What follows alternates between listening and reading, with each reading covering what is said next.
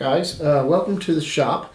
Back to the layout. I wanted to do a little quick review of a Economi decoder, a steam decoder that I put in this little 280 consolidation. This is the earlier model. It's not it's DCC ready, but not DCC on board, which means it originally Bachmann wanted you to put a little decoder, non-sound of course, up underneath the boiler there, and a little notch they had, and there's a weight. You take the weight out and you put the little thing in there, and the wires are all up here, and supposedly that's really easy to do.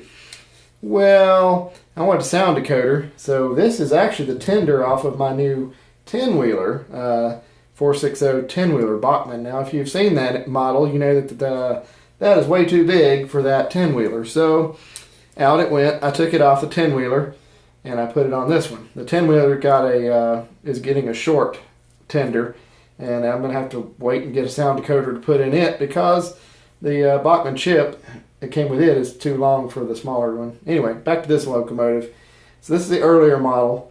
So I ran the wires under here. I know you probably can't see them. They're underneath the cab here. The wires running up. There's 6 wires running up here. 2 for the headlight, 2 for the motor, and there's 2 that come from the power pickups in the engine back to the decoder, just to give it a little bit more pickup. I made a lot of mistakes. It was my first decoder install, first sound decoder, and it was a pain in the rear end. I found out a lot of stuff about this little guy here, least of which is about a spacer that's in between the 2 halves. If you get that spacer wrong, guess what? It doesn't run good. So, and don't get filings in there if you're filing on metal. Don't get filings into the gears. That's bad too. Anyway, all cleaned up, working well, and ready to roll now. I also replaced the LED, which was just flat out wimpy on the original. It was also orange, which I didn't like. I am also going to record this today with a Zoom H2 recorder that I borrowed from my work, and we're going to see if the sound's a little bit better, because I want you to hear what the sound is like on this little thing. I looked and looked and looked before I bought it to see what it sounded like, and I heard a guy with an HO out there on YouTube, but I didn't see anybody else with an N-scale that had this kind of setup. So I want you to try to hear what it really does sound like. And honestly, I'm really impressed. It's a little tiny thing, and for it to sound so good, I'm really impressed.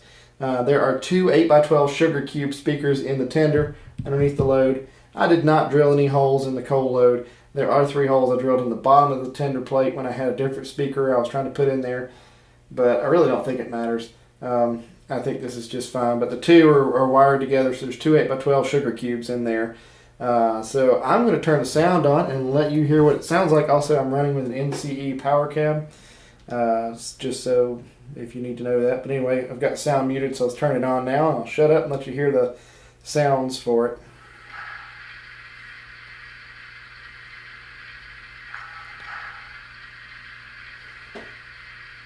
It's kind of a low sound, but what you're hearing is the blower, the air compressor, and I think the Economi has like 4 different air compressors you can choose from. And I've got the cross compound one or something. It sounded more like the steam engines I'm used to being around. But anyway, there it is, just sitting. I like it's kind of quiet. I have it turned down a little bit. And I've messed with the sound volume settings. You can adjust the volume for everything on this thing. There's I don't know how many, let's see, there are 15 different whistles. One of them's an air horn. There are light, medium, heavy, and geared steam. The chuffing, you can also put it in an articulated engine or a 3-cylinder. The geared also would work for gear, although there is no way in the world you're getting that sucker in an Atlas Shea locomotive. So my plan is to get one and put it in a box car and make a sound car later. And you can control the volume and everything of the whistles. There's like 4 different bells or 5 different bells you can pick, and then you can pick how fast or slow you want the bells to ring and all kinds of other crazy stuff. Let me shut up a little bit. I'll do a few more sounds. Let's turn the headlight on.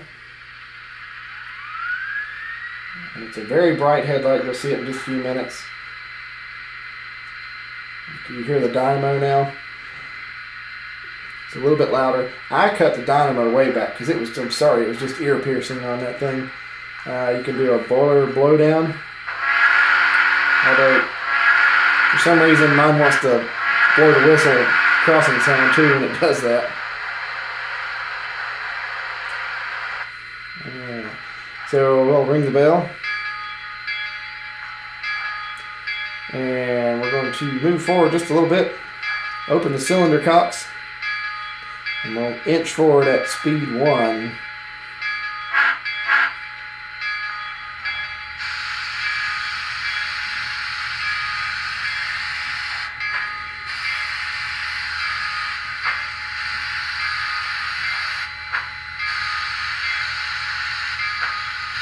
I think the slow speed creep is really pretty good on this engine so far.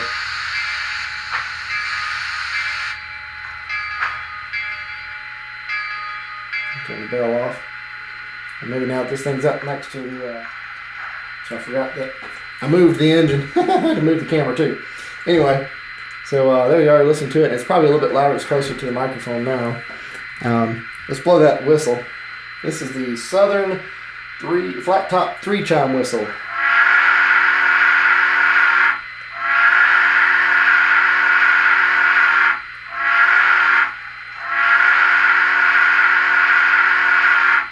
There you go. And there's some other whistles. Let me play a few of my favorites for you. And I'll just kind of flip frames and play those for you to save time. Hold on. Okay, so here's the, this is the Norfolk and Western single chime whistle. I remember hearing this whistle on a recording by Winston Link that I got with a book. It's fantastic.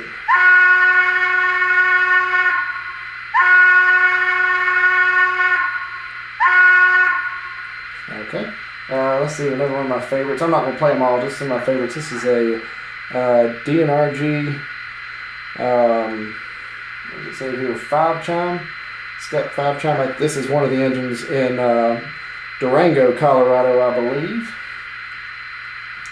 And let's see here, I like this one a lot.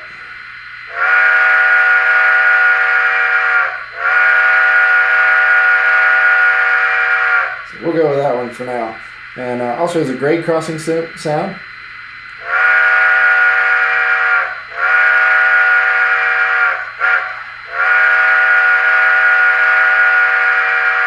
Right now it's function 9 as it comes.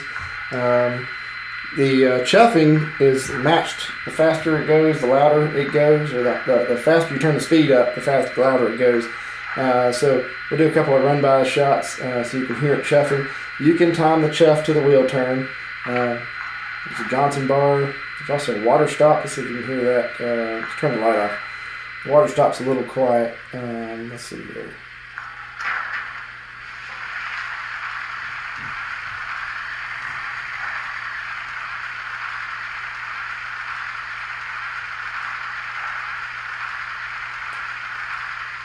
There you go.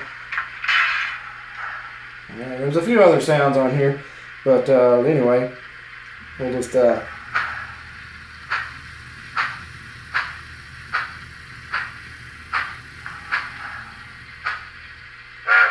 then there's a button that does the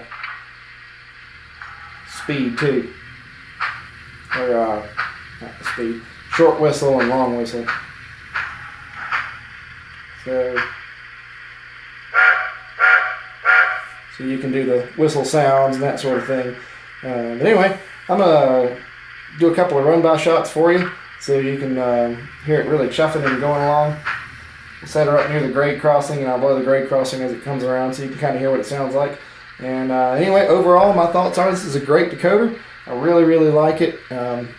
Fairly economical. I think I paid around $70 for the counting the speakers and all that stuff, and I did have to order one more speaker because I kind of killed one.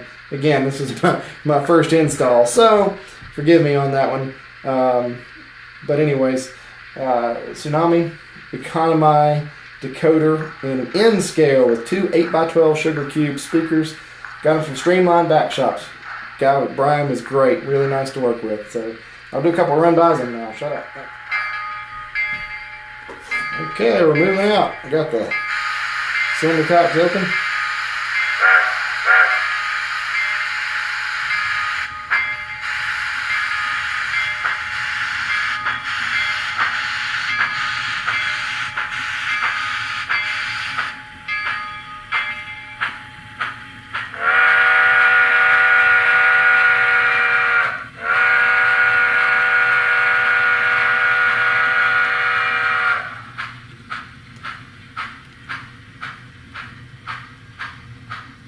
this old 280 is a puller too. A pretty good sized train for my little tiny layout, and I've got about a, I don't know, 1.5, maybe 2% grade, and it doesn't even slip.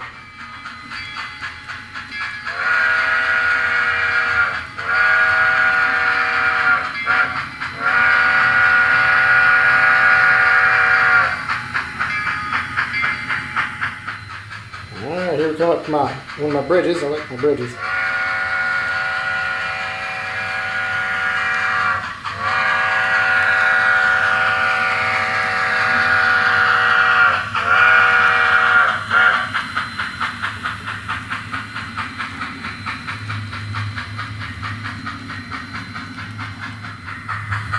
We go across one of my very favorite bridges.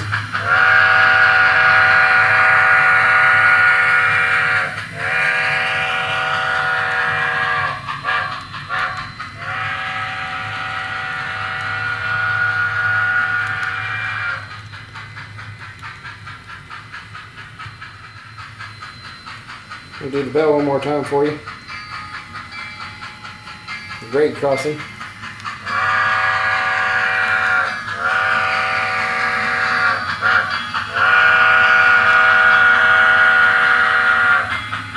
Kind of like rail fanning. Well, folks, thanks again for tuning in. If you got any questions, certainly put them down there in the comments. I'll be glad to answer them if I can. Again, I'm kind of new at this, but I did manage to get it done, and hopefully I'll get better as each one goes along. Anyways, I hope you enjoyed the video, and we'll see you next time.